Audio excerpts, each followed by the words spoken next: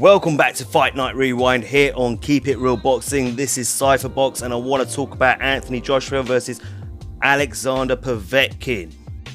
First of all, I want to say congratulations to Anthony Joshua for his victory. His 7th round knockout of Alexander Povetkin. Look, it was an enjoyable fight. I enjoyed it. It was an entertaining fight, no doubt about it. And, the knockout, in the 7th round was sweet too. Got no complaints in terms about the entertainment value of the fight. But however, I have got some constructive criticism for Anthony Joshua. From my point of view, when I watched the fight, I felt there were some concerning things there that I think he needs to work on.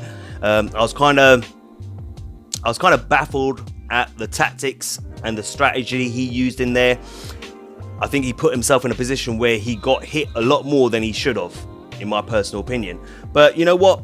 I'm just going to give you my straight up honest opinion of what I saw on the night. Everyone's going to have their own points of view. If some people are going to think it was a great performance, some people aren't. And me, in my opinion, I don't think it was particularly a great performance, but he got the job done. Okay, so I didn't get around to doing a prediction video for this fight, but I did get asked by one of my followers on Instagram what I thought was going to happen on the night, who I thought was going to win, and break it down from and give them reasons why or what each fighter had to do.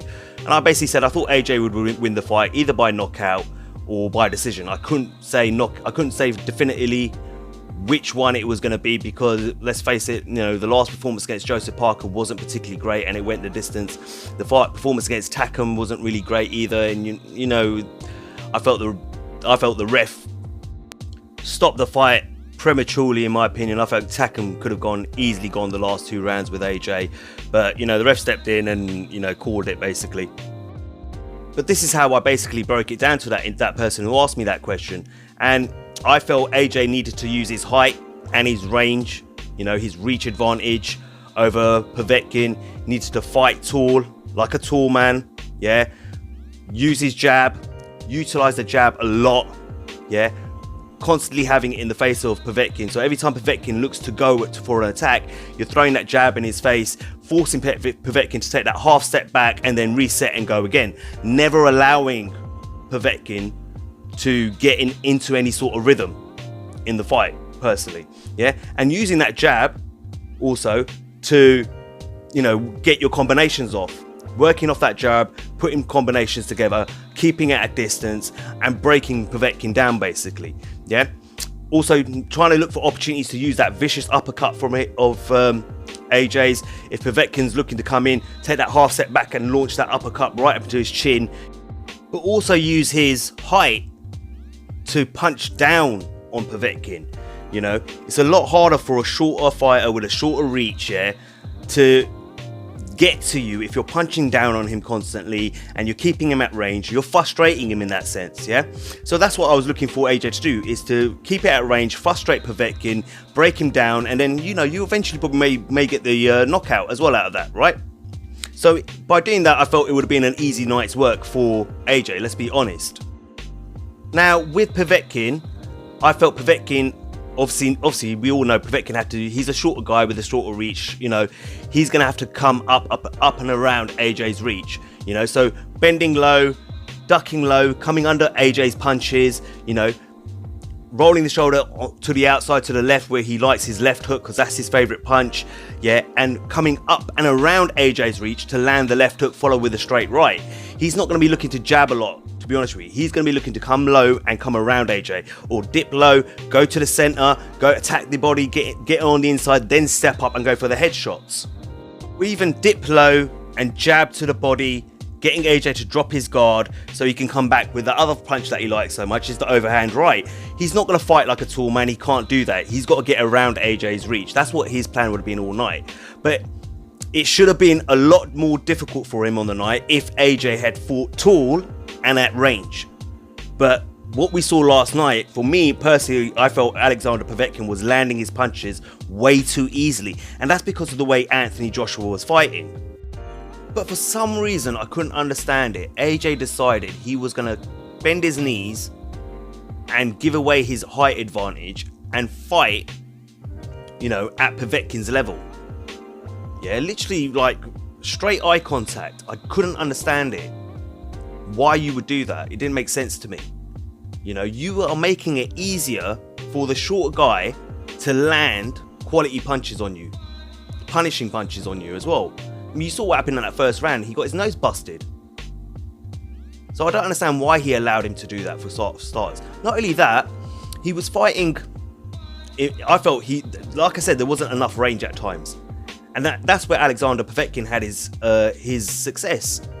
He was able, AJ, because he's fighting, he's shortening the distance, and he's not giving himself full leverage of his punches, the space to give himself to have full leverage on his punches. He's allowing Alexander Povetkin to get around his reach, get around his arm, and land scoring punches. So he was getting around AJ's guard, for crying out loud. He was getting around back of AJ's guard and landing hooks and overhand rights. You know, it didn't make sense what AJ was doing on Saturday night in the ring. It really didn't. It baffled me, to be honest with you. But not only that, if you're going to do that, if that's the way you're going to fight and that's the strategy you're going to take, where's the head movements? Where were the feints? You know, if you're going to come down to your opponent's height and you're going to fight at his level, you know, make it hard for him to land a punch. You know, head movement, use the head, feints. Do you know what I mean? You got to make your opponent second guess himself. You know, should I go, shouldn't I go? You know, it just didn't, like I said, it didn't make sense to me at all how he was fighting on Saturday night. AJ's jabs on top of that weren't exactly impressive. You know, I personally don't think he threw enough jabs anyway. You know, but I feel he still needs to work on that jab a little bit. You know, it's not a great jab. For me, it's a pretty slow jab, a stiff jab. You know, he doesn't utilize it enough. For a guy his height and size, he should be using that jab a hell of a lot more. And he doesn't. It's a range finder. It creates distance. Yeah, but it also sets up your opportunities for you to let go combinations and put combinations together. And I don't feel he uses the jab enough. He needs to work on his jab, as far as I'm concerned. Another thing about Anthony Joshua is that, you know, he always does this. This is not something new for him or something that's just come out on Saturday night. AJ tends to fight in straight lines. Up, down, back, up, down, straight in lines, yeah? He doesn't pivot off his front foot. He doesn't create angles. You know, he doesn't let off a combination and then pivots out and then lets off another combination. He doesn't create enough angles, in my opinion. He's always fighting in front of his opponents.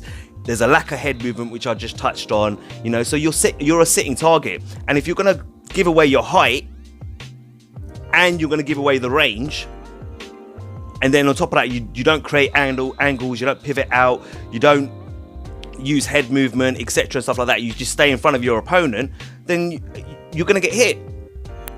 Your opponent's going to land scoring punches. You're going to make it easier for him to land punches on you. And that's what Povetkin did on Saturday night. Overhand rights, left hooks, right hooks from around and behind AJ's guard. I mean, there was one punch that AJ threw, and this is when they were close up, fighting kind of near enough in the pocket with each other. And AJ threw this punch, but as it was more like a downward kind of slap, if that makes sense. And the reason he couldn't land that punch with all his power was because he was too close. He was unable to create momentum. He was unable to turn fully into the punch and get full leverage on the punch. And then, of course, unleashing his power onto Povetkin because the distance was so close. You know, it just didn't make sense to me what the things he was doing there on Saturday night. The other thing I'm going to say about AJ is that I've always said this about AJ. I feel he's too stiff in there. He needs to loosen up. You know, how many times have you heard trainers saying to their fighters, loosen up? You know, relax, stop being so stiff.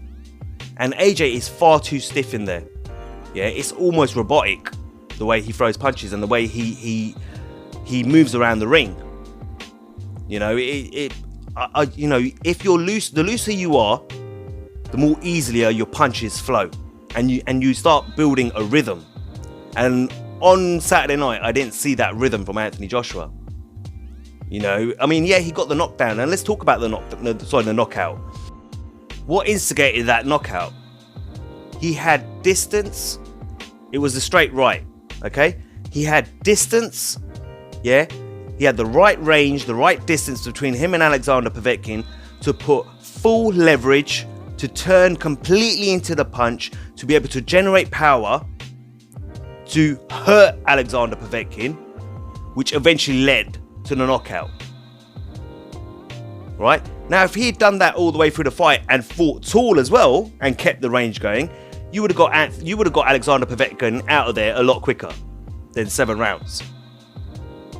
You know, in my opinion, look, Alexander Povetkin is 39 years of age. His powers, when you hit that sort of age in the sport, your powers of recovery from a hard punch, lessen.